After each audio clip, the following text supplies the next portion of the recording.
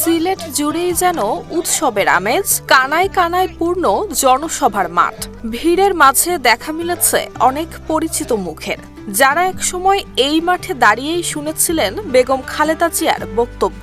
আজ তারাই এসেছেন তারেক রহমানকে এক নজর দেখতে। মোট কথা, নেতাকর্মী এবং সাধারণ মানুষের উপস্থিতিতে সিলেট আলিয়া মাদ্রাসা মাঠ এবং আশপাশের এলাকা পরিণত হয়েছে জনসমুদ্রে। বিএনপির নেতারা বলছেন, সিলেট থেকেই নির্বাচনী প্রচারণা শুরু করা দলটির দীর্ঘদিনের রাজনৈতিক ঐতিহ্য। দলের প্রতিষ্ঠাতা শহীদ রাষ্ট্রপতি জিয়াউর রহমান এবং সাবেক চেয়ারপারসন বেগম খালেদা জিয়াও প্রতিবার নির্বাচনের আগে হযরত শাহজালাল এবং হযরত শাহপরান রহমাতুল্লাহ আলাইহির মাজার জিয়ারত শেষে আলিয়া মাদ্রাসা মাঠে প্রথম জনসভা করতেন।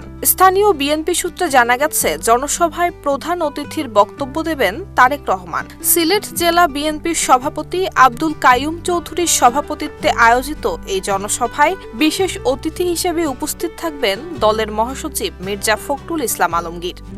RICL TMX, যুগের পর যুগ স্থাপনা থাকে মজবুত।